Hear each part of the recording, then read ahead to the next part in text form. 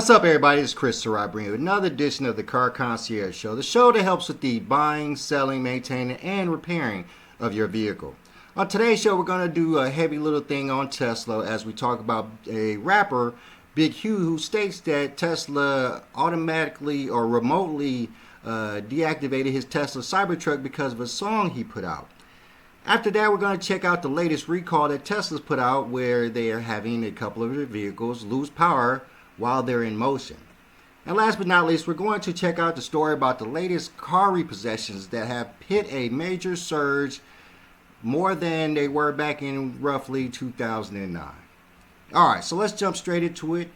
We're going to jump to a story about a rapper, Bug Huey, a Detroit rapper, who just came out with a song called Cybertruck. Pretty cool song. And he says that while he was driving down the road, Tesla remotely turned his Cybertruck off and put this cease and desist letter on the little screen in front.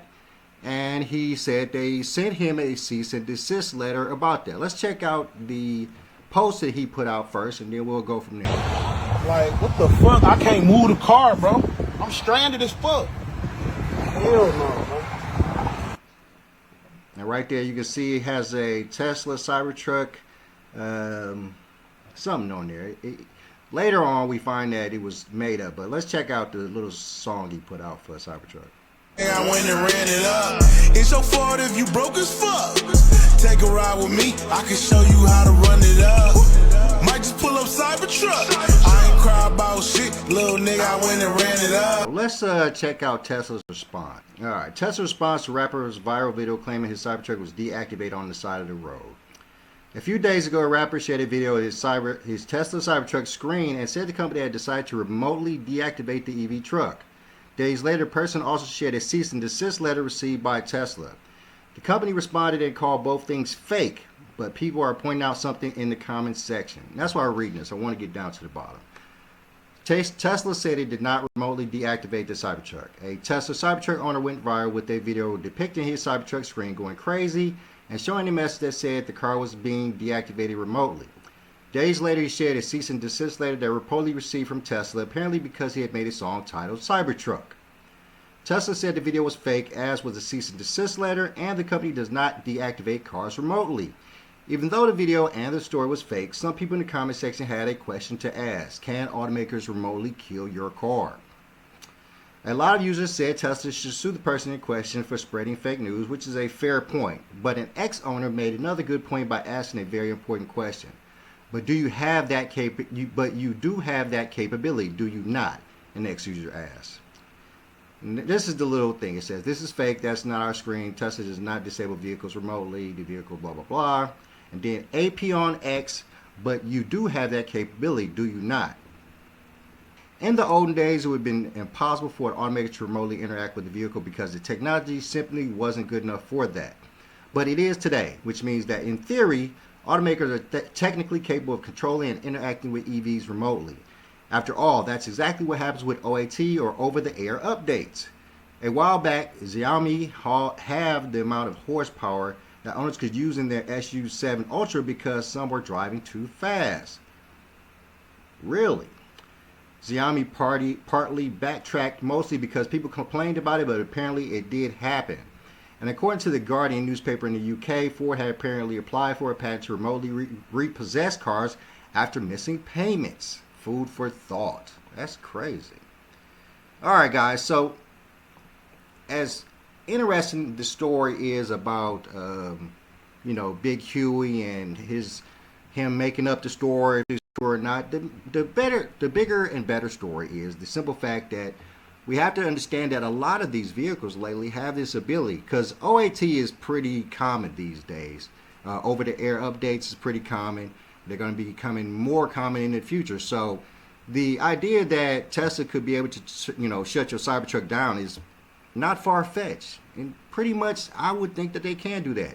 And we have seen situations where cars have been turned off by companies or deactivated by companies before, specifically in like police chases or things like that, if the car is equipped with that type of thing. So we know it's something that can happen, but we have to understand that when it would come to EV vehicles, it's probably going to be a system that's almost automatic, because EV vehicles almost have to have OTAs or OATs and, you know, information dropped into them, because to some degree they're just going to have major software updates. They're just massive computers on wheels, and they're going to need major software updates all the time.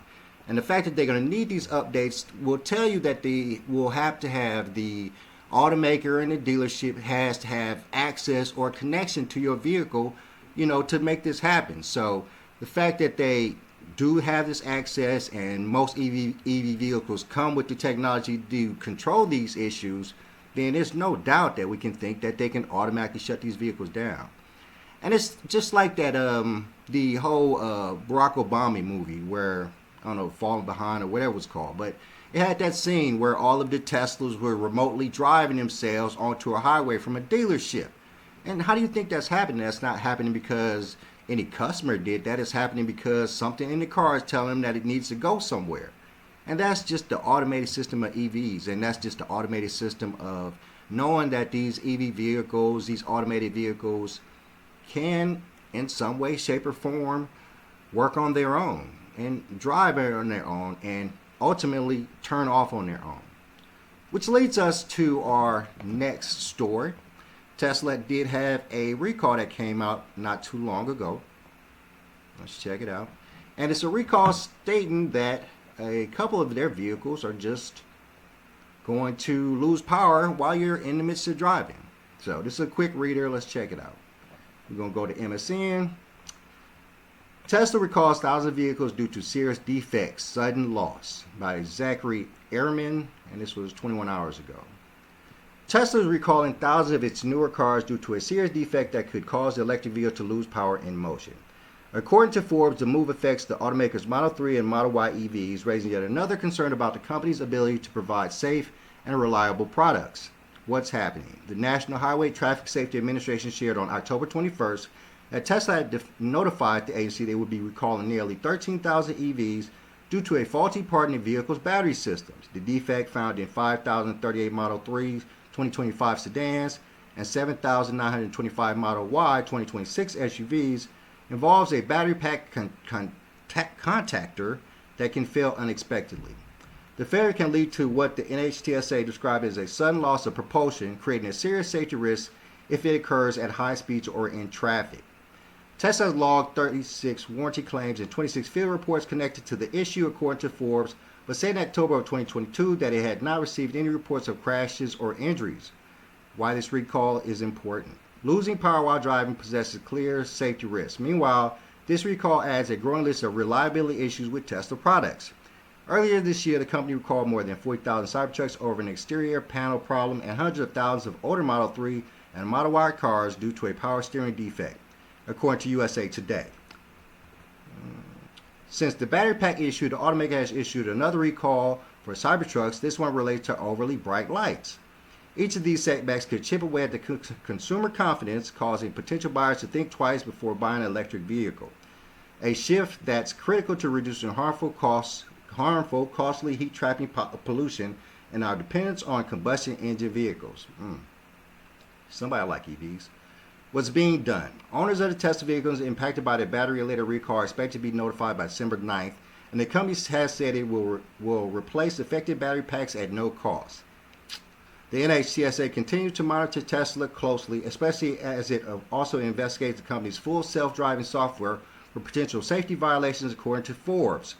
For those looking to buy an EV, there are still plenty of safe and efficient options available from a range of other automakers that can help consumers save money and protect the planet.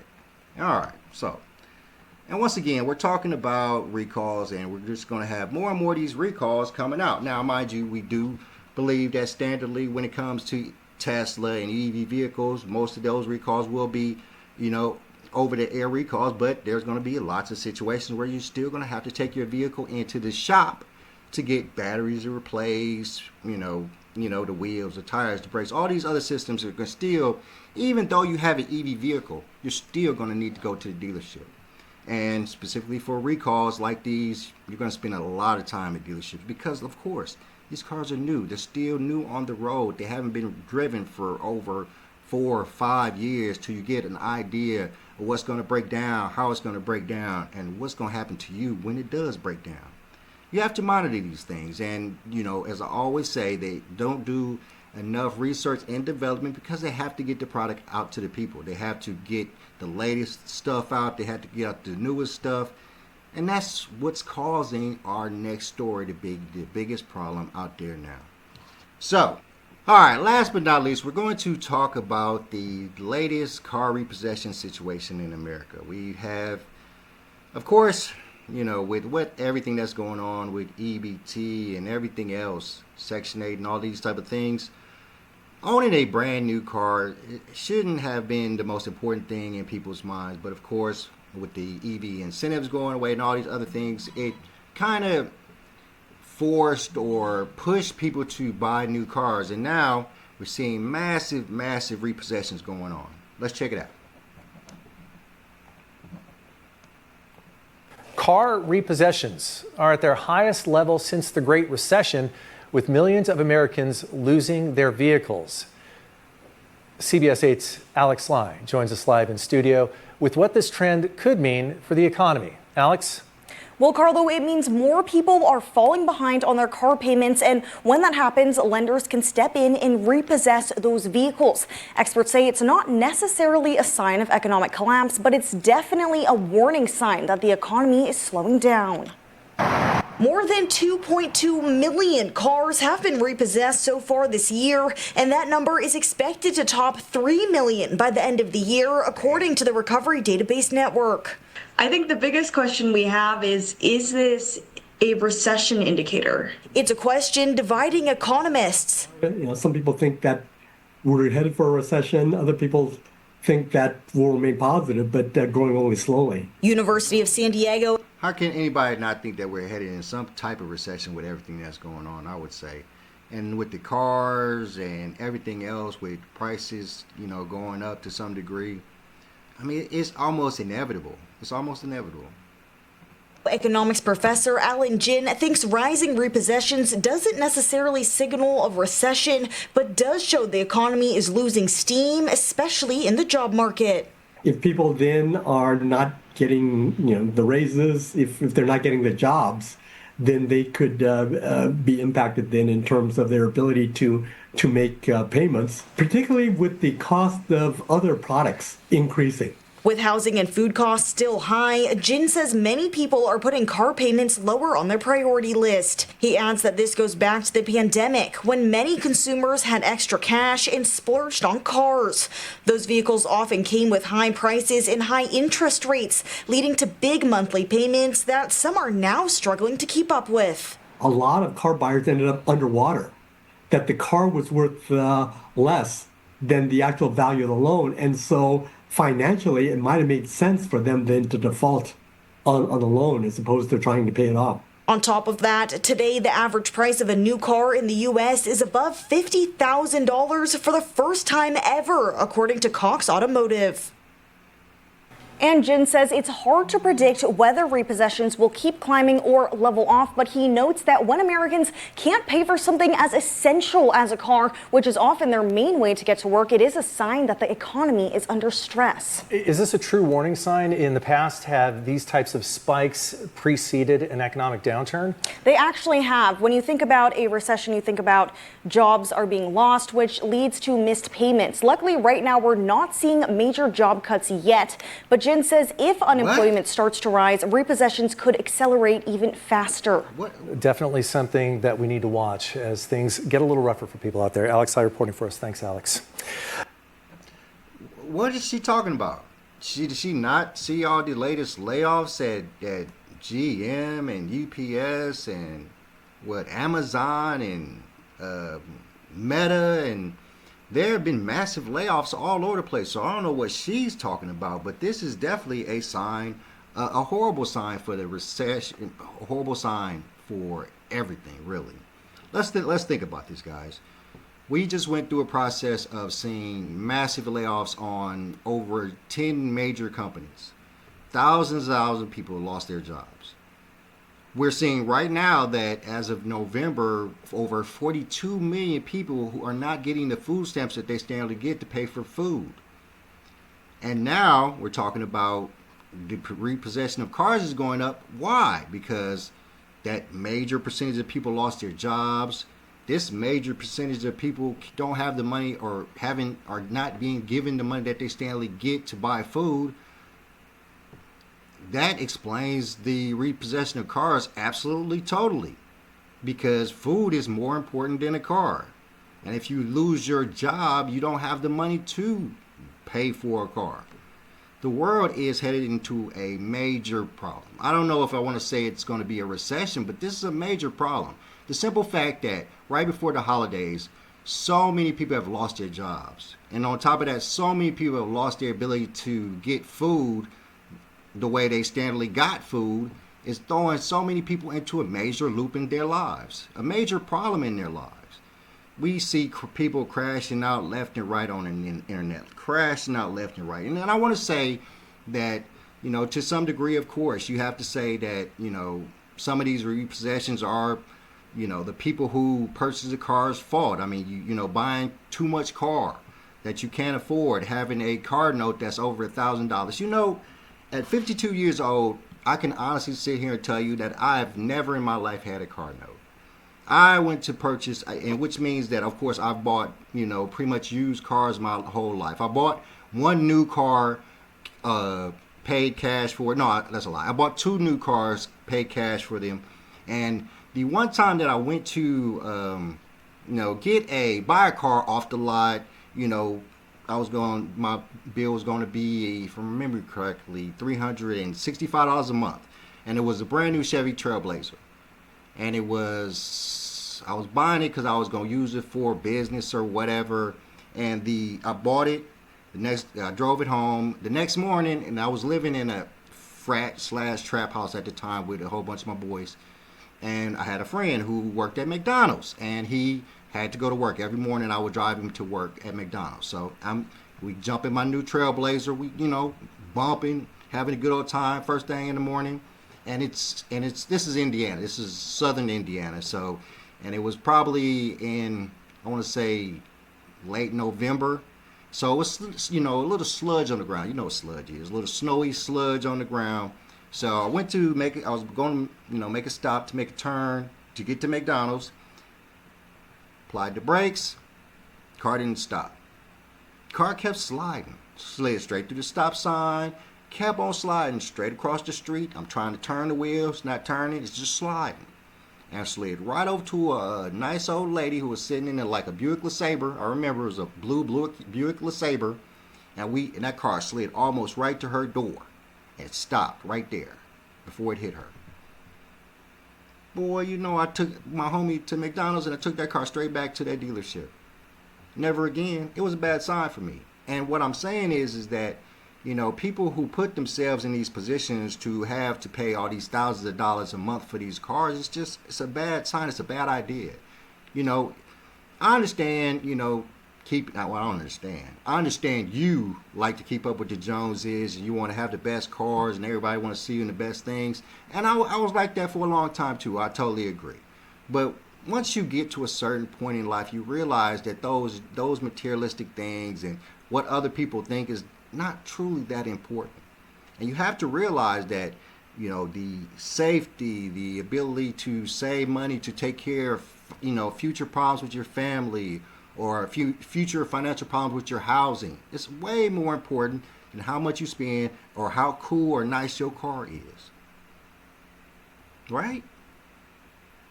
I believe that a lot of people coming up, and let's face it, there's going to be way more repossessions. After all the layoffs that we talked about last week, even all of with the people who are the 42 million who are not getting food stamps, where are they going to get the money for their food from? They're going to get it from their car bill. They're going to use the money that they plan to use to pay the car bill and buy food because it's way more important. So I suspect that repossession is going to continue to rise. I suspect that people are going to just be turning their cars in and getting themselves a cheap hoopty, because that's probably going to be the best way to go right about now. Because, you know, right now, everybody has to lower their lifestyle.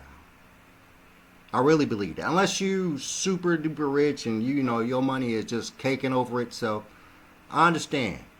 But us average Joes, us people that likely might lose our jobs, people who maybe work at Amazon or UPS or GM or anything like that, we have to lower our lifestyles. We have to lower how much we're spending out. We have to save more, because left and right, bad things is happening. And who's going to take the brunt of it but us? So, turn your car back in. Buy you a hoopty. They get you from point A to point B just as good as that Mercedes. All right, guys, I'm Chris Surratt. Hit me with the likes, share, subscribe. Hit me in the DMs if you have any questions. I'm sorry, shows is a little short. I've been a little under the weather lately, but I appreciate you tuning in. And I'm out. Peace.